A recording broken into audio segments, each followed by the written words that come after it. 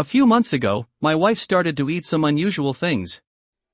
At first, it wasn't anything too far out of the ordinary. I have never been a good cook, but I've always loved to grill in the backyard. For the first decade and a half of our marriage, I clearly remember Nicole always ate her steaks well done. I had gone to the butcher early one day back in the summer and picked up 3 beef fillets. The weather had been beautiful. I wanted to get out and enjoy it. Grilling was an excellent excuse to soak up the last rays of sun on a warm evening, and Nicole enjoyed a break from cooking. The steaks had been seasoned and reached room temperature as I stood in front of the grill. Nicole had stepped out onto the patio and walked up next to me. I saw her put her index finger into the red liquid on the plate and swirl circular patterns through it. "William Stewart," she proclaimed. "How did you know I was craving steaks?" "Sometimes a husband just knows," I responded with a smile. "There's a well-done fillet in your future, madam." She giggled and continued to run her finger through the red runoff on the plate. "How about rare today?" she asked. "Rare?" I questioned. "Not really your style, is it?" "You always tell me the steak with the best flavor still has some pink in the middle," she replied. I tossed the steaks on the grill and listened to the rhythmic sizzling. "Rare may be a bit much for you," I said. "Why don't we try medium?" She kissed my neck and slipped her arms around my waist. "Rare," she whispered. I nodded in agreement.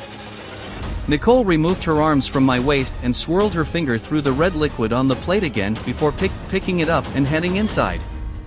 My eyes drifted to her as she passed through the kitchen door. Through the window, I could see her slide the plate into the sink. The reflection on the window made it difficult to see, but I could have sworn I saw her put the bloody fingertip in her mouth. That evening all of us sat at the table outside. Our daughter, Brooklyn, had returned home from a visit with her grandparents just in time for dinner. She and I discussed all the little adventures she had been on during her visit, but Nicole didn't participate very much. She was fixated on the steak. Usually, she ate slowly, mouth closed as she chewed, and dotted at the corners of her mouth with a napkin. Not that night. Nicole didn't as much cut the steak as rip it apart. Ragged shreds of beef nearly dangled from her mouth as she chewed loudly and openly. Brooklyn didn't seem to notice as she recounted her visit to me, but I couldn't help but listen to the wet gnashing of teeth as Nicole consumed the steak. Brooklyn was still telling me about all the fun she had as I saw Nicole soak up all of the red runoff from her steak on a dinner roll and eat it greedily. Rare or blue steak became the norm for Nicole after that. A few weeks later, when I arrived home from the office, she was hard at work in the kitchen preparing dinner. I had purchased a few steaks the previous evening and had planned to cook them myself, but Nicole had texted me during the day to tell me she had planned to cook them herself. At the time, I recall thinking it would be nice to have a little break after work, and I had agreed. I wish I hadn't. Generally, when she cooked dinner, I could smell the aroma of delicious food before I came in through the garage door. Tonight the telltale aroma was absent. Even as I walked into the kitchen from the garage, there was still no smell of cooked dinner. I wasn't upset when I thought she hadn't cooked, but it was odd for her not to already be hard at it. As I rounded the corner from the door, to my surprise, Nicole was working diligently at the counter.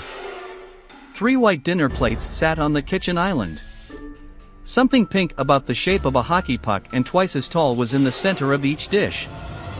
A yellow oval sat atop the pink discs covered in flecks of green. "Welcome home," Nicole said as she smiled in my direction. "I made us something new to try tonight." She gestured toward the plates on the counter. I smiled wearily. "What is it?" I asked as politely as I could. "It looks interesting." "Steak tartare," she said with excitement. "I chopped the steaks you bought, seasoned them, and topped them with a raw egg. A little European flair for the evening." I still remember how enthusiastic she looked that evening as I looked at the plates. "Isn't that raw, Nicole?" I asked. May not be a great idea for Brooklyn. I'm not sure those cuts were grated to eat without cooking them. The excited look melted off of her face. Then cook something for the two of you, she responded angrily. I busted my ass in the kitchen trying to bring a little bit of class to this family, and this is the thanks I get. I tried to apologize, but Nicole just held her hand up in my direction to silence me.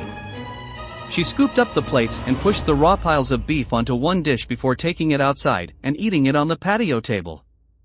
Taken aback by the hostility, I made a few sandwiches and called Brooklyn down for dinner.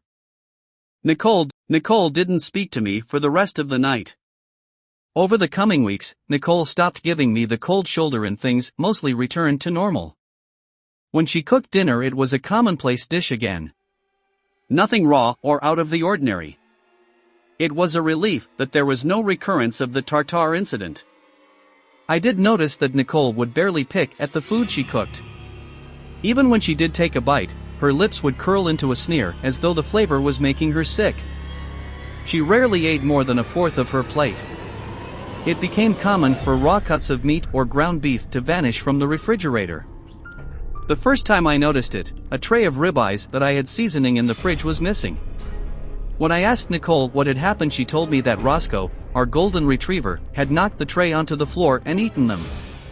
While it wasn't entirely impossible, I had never known Roscoe to attempt to snatch food like that. He had always enjoyed a life full of table scraps but had waited patiently for them. Never so much as a whine to beg for a bite. The next week, 3 pounds of ground beef vanished. Nicole acted as though she had never seen it when I asked her what had happened. I even went as far as to show her the grocery pickup order on my phone, but she insisted that they have forgotten to place it in the bag. I knew she was wrong. It had been there. I put the damn groceries away and still recall putting it in the meat drawer at the bottom of the fridge. Later the next day, I was tossing a bag of garbage into the pickup bin when I saw a single styrofoam meat tray at the bottom. There wasn't a drop of blood left on it. A few days later, Roscoe vanished. He was 7 years old, and not once had he ever left the confines of our yard. We lived in the country, and our lot was large enough for him to run freely on, but he never left our line of sight. The farthest he had gone was to the woodline behind the house, but that was it. Nicole said she had let him go out to use the bathroom, but before she could stop him, he had run to the road and vanished. We drove around for hours, calling his name, but never saw him. Brooklyn had gone with me and sobbed loudly as we called for him. Nicole stayed home, unconcerned.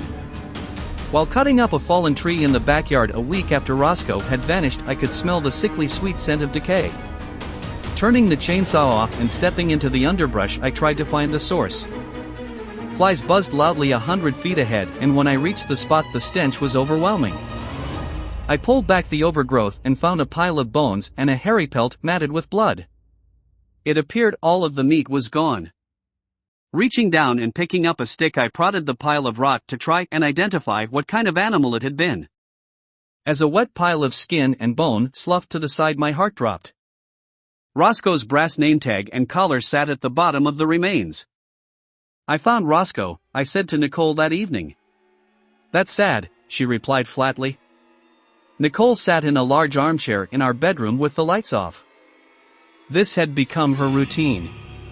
She rarely left the bedroom now and always sat in the dark. Why is it sad? I asked. Brooklyn will be sad her dog is dead, she said in the same monotone voice. Do you want to tell her? I never said he was dead, Nicole, I spat. How did you know? She didn't respond. Answer the question, I said angrily. I hadn't told you yet. He's been gone a week, she replied without care. If he was alive, you would have sounded happier. Leave me alone. My head hurts. I left the room and slammed the door. There was no way to prove she had done something to Roscoe, but my stomach turned with the thought. Nicole had been so sweet and gentle our entire lives, but I knew she had killed him. Worse was the fact that Roscoe's body was nothing but bones and pelt. All of the meat was gone. I buried Roscoe in the tree line and never talked to Brooklyn about it. The month after, while I was driving home from work, my cell phone began to ring. I didn't recognize the number, so I sent it to voicemail. A few moments later, my phone chirped to alert me a new message was in my inbox. I put the phone to my ear and listened to the gleeful voice. "Hey there, Mr. and Mrs. Stewart. This is Selma at the Humane Society. Just calling to check in and see how the new cats are doing. I hope they are well. Don't forget to bring them in for their checkup next Monday. Thank you for fostering them. The shelter appreciates it so much. Bye." The message ended. We hadn't fostered any cats. I punched the callback button on my cell phone and listened to the ringtone. Humane Society. Selma speaking, the same chipper voice from the voicemail poured through the phone. "Hi, Selma," I muttered. "This is William Stewart. You left a message about us having fostered some cats. I'm afraid you've made a mistake." Hang on, she said, and I could hear her typing feverishly on a keyboard. "Nope, it says here that last week Nicole Stewart signed the two of you up for our fostering program. Nicole took custody of 3 cats while they await their forever homes. Is everything okay?" I ended the call. When I arrived at the house, I immediately walked to the treeline. As I drew closer to the spot where I had found Roscoe's remains, the smell of rot filled the air again. The swarm of flies was visible in the distance as well. I bounded through the vegetation until I reached the place where I had found our dog. A pile of rotting pelts and tiny bones lay on the ground.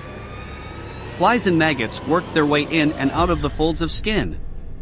There wasn't a single scrap of meat to be found.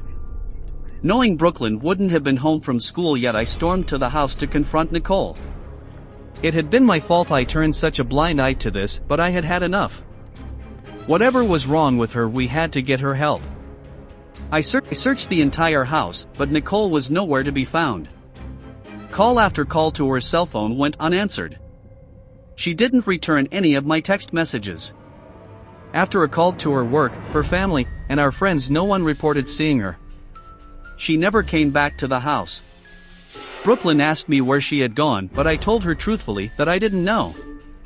After an initial call to the police that night, they told me that Nicole was an adult and had the right to leave. Unless I had reason to believe something bad had happened to her, I would have to wait to file a missing persons report. It only took a day after calling the police for them to call me back. Detective O'Hara, the officer that contacted me, asked if he could come to the house and ask me a few questions about my wife. I agreed.